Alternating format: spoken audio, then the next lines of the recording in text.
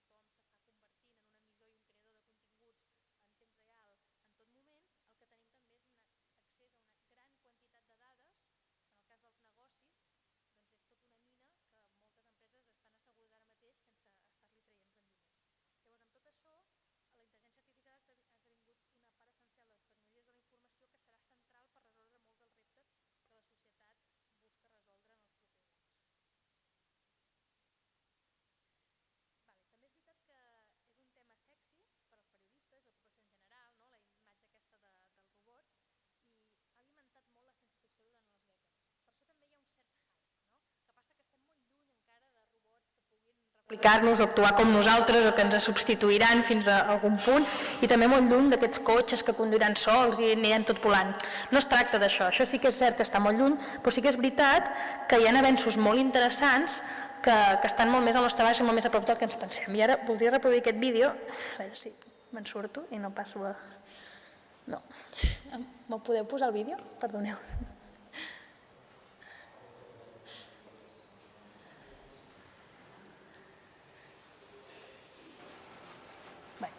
Com podeu veure, aquest és un gos, és un robot de Boston Dynamics, és un dels robots més avançats, això és el màxim que hi ha en robòtica. Tot just aquest any ha estat capaç de... Fa una mica de por, sembla així com Jurassic Park, però versió d'intel·ligència artificial. Crida el seu amic, que és el que sap obrir portes, i com veieu, ara, pam, ha aconseguit obrir una porta. Això és una cosa que tot just ha passat aquest any 2018 després d'anys i anys de desenvolupament. Sembla una cosa molt tonta i molt trivial, però per aconseguir això ha calgut moltíssima feina, només perquè veieu que realment en alguns camps encara queda molt per recórrer. Però dit això, hi ha avenços molt interessants, com deia, que no serien els que veuríem en una pel·lícula de terror com aquesta. Hi ha 3 grans àmbits d'aplicació en què s'ha avançat molt i que són molt interessants i tenen potencial per a les empreses i que m'agradaria avui una mica fer el focus.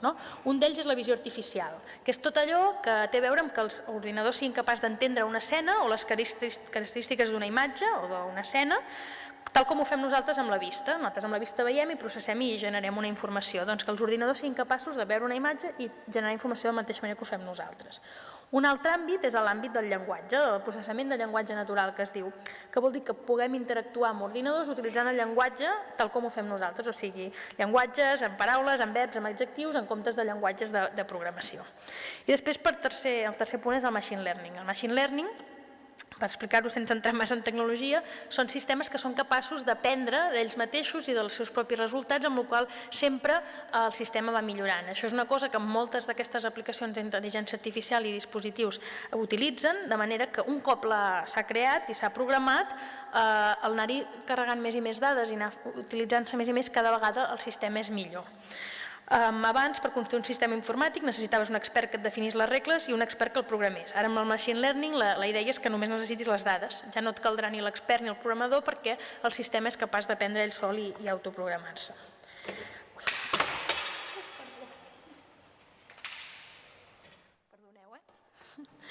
Per començar, alguns exemples d'aplicació d'aquestes tecnologies d'algunes grans empreses que, perdoneu, és que m'ha caigut les piles, l'estic recuperant.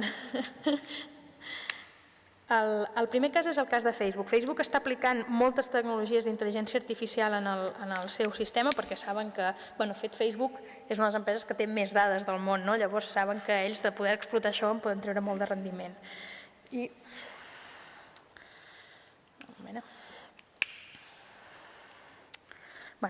No podré... El que han fet és, entre moltes altres coses, han fet un sistema de visió, de visió artificial que és capaç d'interpretar les imatges i poder dir què hi ha. Perquè avui en dia les persones invidents, per exemple, quan naveguen per Facebook, per ells l'experiència és molt diferent que la nostra, perquè si un amic seu ha penjat una foto, doncs el teu amic ha penjat una foto, però una foto de què? Llavors, amb aquests sistemes són capaços d'analitzar les fotografies i interpretar què estan veient, i cada vegada d'una manera més sofisticada. Per exemple, no et dirà només que és un ocell, sinó que és un eastern meadow lark i que està a la neu, o no només un arbre, sinó quin tipus d'arbre, el seu nom tècnic i el seu nom actual. Un altre exemple, si em podeu passar a la següent transparència.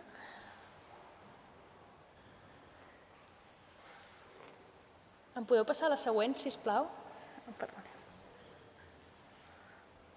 Un altre exemple és el cas de Skype, que està aplicant ja tecnologies de processament de llenguatge natural i també tecnologies de generació de veus artificials per fer traducció simultània dintre de Skype. Això està disponible per al consumidor, per l'usuari de Skype, en certes versions de Skype, i el que pots fer ara mateix, hi ha 10 idiomes diferents que tu pots tenir una conversa, per exemple, en un costat una persona parlant en anglès i l'altra persona parlant en alemany, les persones parlen el seu idioma i el sistema els tradueix en un petit decalatge de temps, però l'altra persona veu com si la persona parlés, evidentment, amb una veu falsa artificial en l'idioma que entén. I això està disponible en 10 idiomes en veu i també per al text, encara, per als que encara no tenen en veu, fins a 60 idiomes. Està clar que això, a la pràctica, podria ser el sistema de poder parlar amb qualsevol persona a qualsevol lloc del món per l'idioma que parlin sense necessitat d'un intèrpret.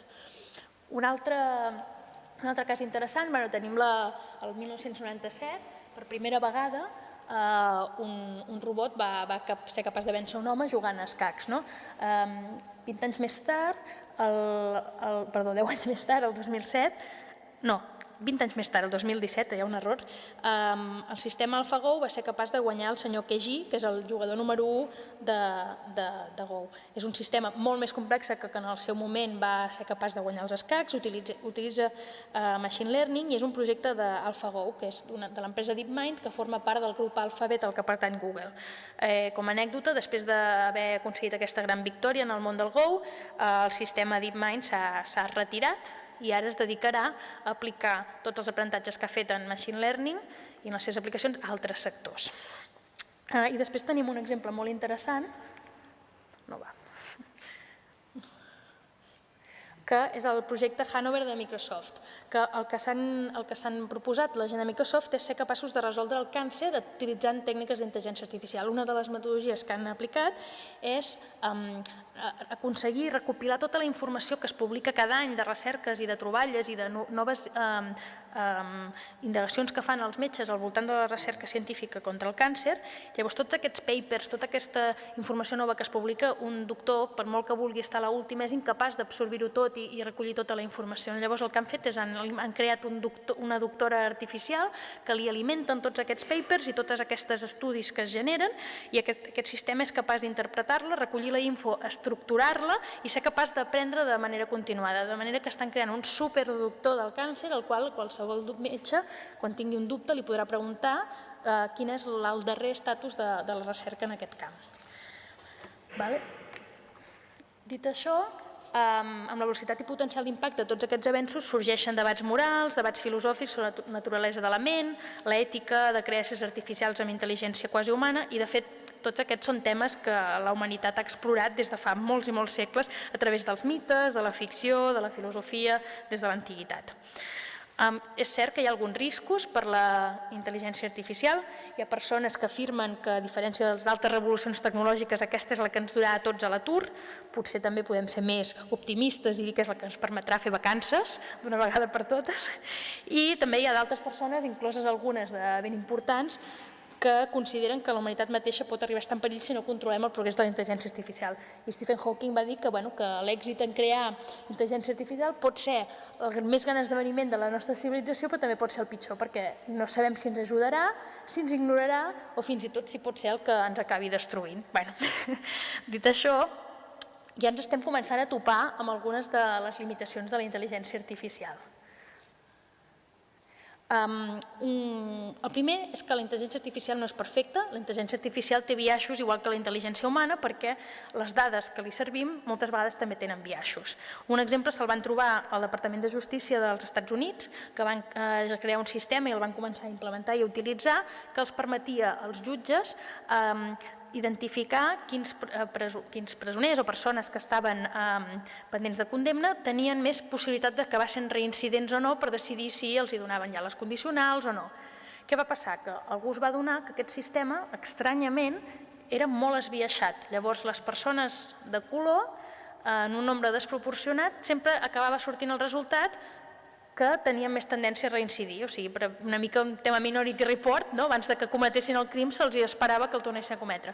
Davant d'això hi va haver-hi gent que treballa en temes de drets civils i van aixecar la mà i van dir que aquí alguna cosa estranya passa, i es va analitzar com podia ser que la intel·ligència artificial tingués un biaix racista.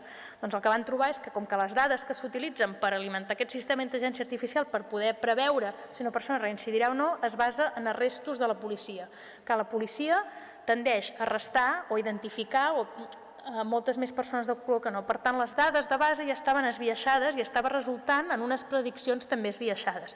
També s'han trobat casos semblants de maquinària que ha de preveure qui és un bon candidat per un càrrec directiu, que també tenen biaixos, per exemple, en aquest cas de gènere. Per tant, hem de vigilar perquè les dades que carreguem nosaltres no són neutrals i, per tant, tots aquests biaixos que tenim els humans, que són una limitació nostra, que no la reproduïm, perquè no només la intel·ligència artificial la reprodueix, sinó que a més la magnifica. Perquè després, com que ho ha dit la màquina, també tenim molta tendència a dir però la màquina ha dit que aquest senyor reincidirà. I clar, és molt difícil lluitar contra això comparant-ho amb l'opinió d'un jutge. Un altre exemple, i aquest és el que tothom sempre m'esmenta, passa que ningú se'n recorda mai de qui va ser i qui va fer que el va fer, això va ser un projecte de Microsoft que va voler crear una teenager virtual que fos capaç d'interactuar amb la gent a Twitter i aprendre a parlar i tenir una conversa guai de teenagers a Twitter. Ja la premissa ja es veia que tenia molts perills.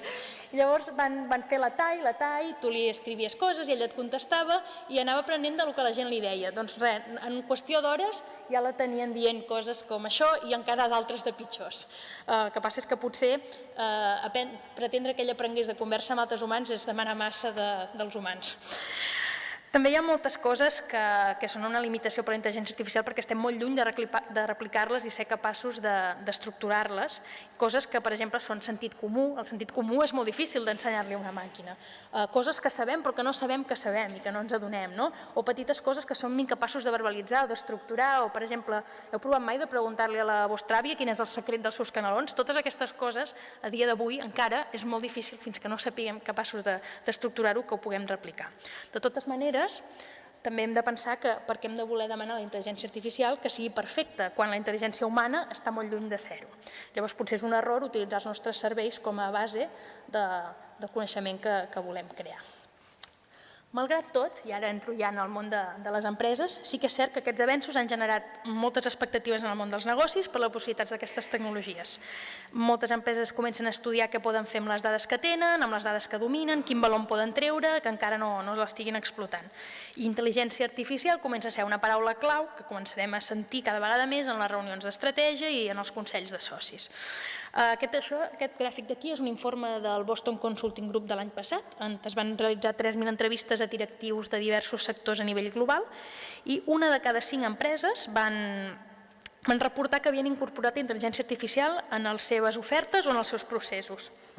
Com podeu veure, en tots els sectors l'impacte encara va de poc a moderat, tant en processos com en oferta, però les previsions per a tots aquests sectors és que en 5 anys, tant en ofertes com en processos, passin a ser efectes més que moderats, fins i tot molt, i en alguns casos d'alguns sectors tirant cap a gran impacte.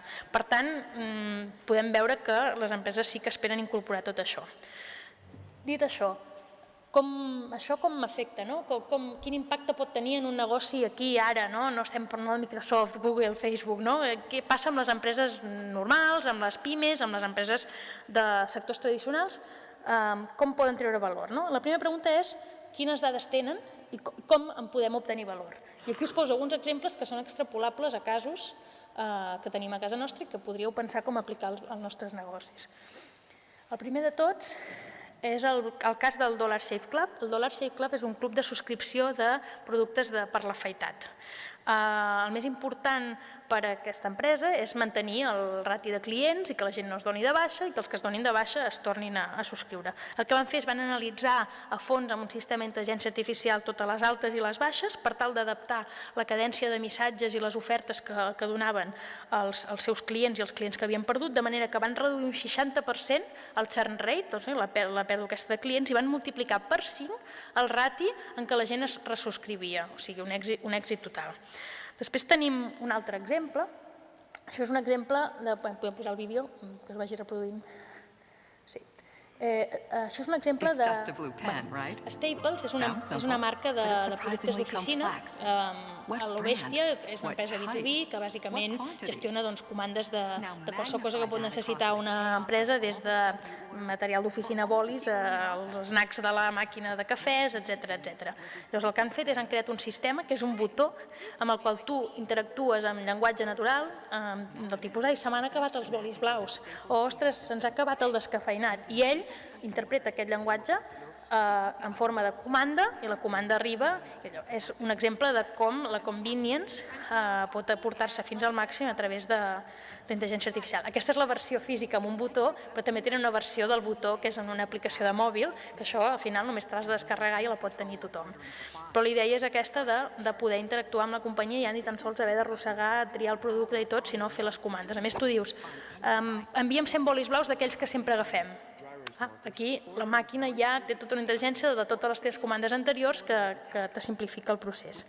Un altre exemple que tenim, que pot ser interessant per qualsevol tipus d'empreses de serveis que gestioni cites, és l'utilització de bots, per exemple, a través de Facebook Messenger, o es poden utilitzar a través de diferents sistemes de missatgeria per tal d'automatitzar el sistema de les cites. En el cas de Sephora, a les botigues de perfumeria de Sephora, es poden demanar cita perquè et facin una prova de maquillatge. Doncs en comptes d'haver de gestionar totes aquestes cites amb un assistent humà, a través del Messenger les persones poden demanar cita, et demana a quina botiga vols anar, et proposa hores i tot és automàtic i s'omple l'agenda de la botiga sense necessitat de fer-ho a través d'una persona.